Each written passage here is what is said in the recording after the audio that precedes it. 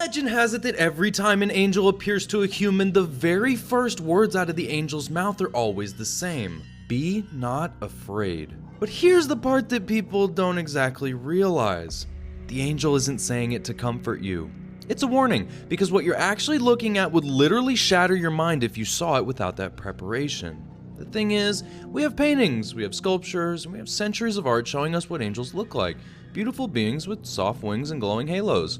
Those paintings are lies. Real biblical angels, well, they're cosmic horror. They're being so utterly other that human consciousness almost can't process them.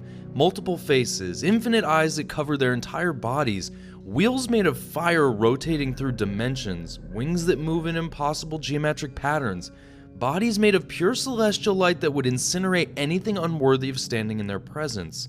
When the prophets saw them, they didn't say, "Oh, how beautiful." They fell on their faces in absolute terror and begged not to be destroyed. And this is what biblically accurate angels actually are. So in the book of Ezekiel, the prophet encounters an angel and describes it like this: a being covered in eyes. Not eyes on a face, eyes covering every inch of its body. Multiple faces pointing in different directions. Wheels within wheels covered in more eyes. Wings that move in perfect synchronization with the rings, which rotate in all directions simultaneously, creating a hypnotic, impossible geometry of movement and perception.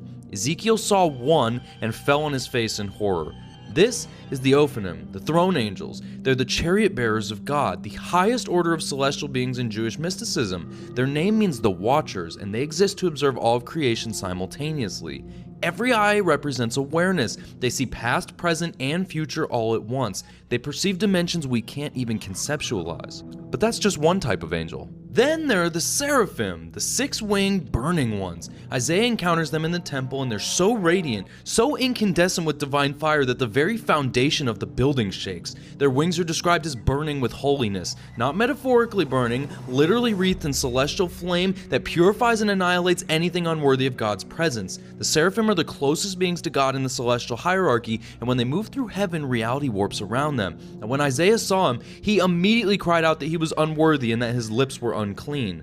And then there were the cherubim. Depicted in popular culture as chubby babies, but the actual biblical cherubim are warriors. They're portrayed as having multiple bodies, multiple faces, sometimes described as having a lion's face, an ox's face, an eagle's face, and a human face all in the same creature. They have enormous wings that span rooms. They carry flaming swords, and when God places them at the gates of Eden after humanity's expulsion, they're there to annihilate anyone who tries to return, not to gently shoo people away. The cherubim are God's enforcers, divine soldiers. And then there are the standard angels. They're what we'd recognize more readily, like Gabriel or Michael, but even these aren't how we imagine them. When Gabriel appears to Mary in Luke's gospel, the very first thing he says is, "Do not be afraid," because his mere presence, his celestial form, is so overwhelming that Mary is terrified. Gabriel has to spend the first moments of the encounter calming her down before he can even deliver his message. Now, Michael the archangel is described as a cosmic warrior, leading God's army against Satan's forces. In Revelation, a war breaks out in heaven. Michael and his angels fighting the dragon and his angels.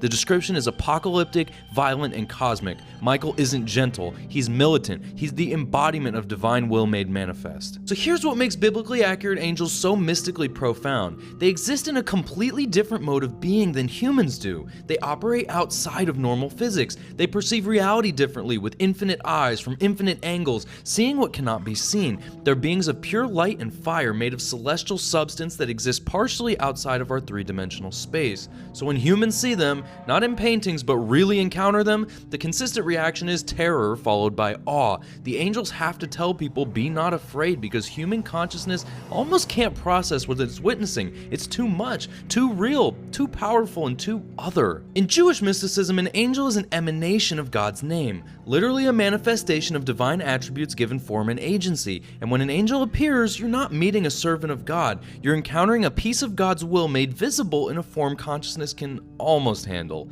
Now, the Kabbalists understood this. They taught that to truly perceive an angel is to come close to perceiving God itself. The light is blinding, the presence is overwhelming, the intelligence is inhuman and absolute, and most people have it backwards. We've sentimentalized angels, made them cute and safe and manageable, but the real biblical angels are the opposite. They're the edge where human consciousness meets infinity, where the finite touches the infinite, and the experience is so intense that it truly breaks people. So when the Bible says fear God, it means fear this. Fear being so far beyond human comprehension that they literally glow with power, covered in eyes that see everything, moving through dimensions that we can't access, emanating such pure divine force that they have to calm humans down just to prevent our minds from breaking. That's the mystical reality. Not clouds and not harps, but cosmic watchers, celestial warriors, and beings of pure manifestation made from the substance of divinity itself. So the next time you see a cute cherub painting in church, remember what you're actually looking at. A warrior covered in faces, with a flaming sword, standing guard at the gates of paradise. Now, if you want to explore more about the hidden nature of spiritual entities and biblical mysticism,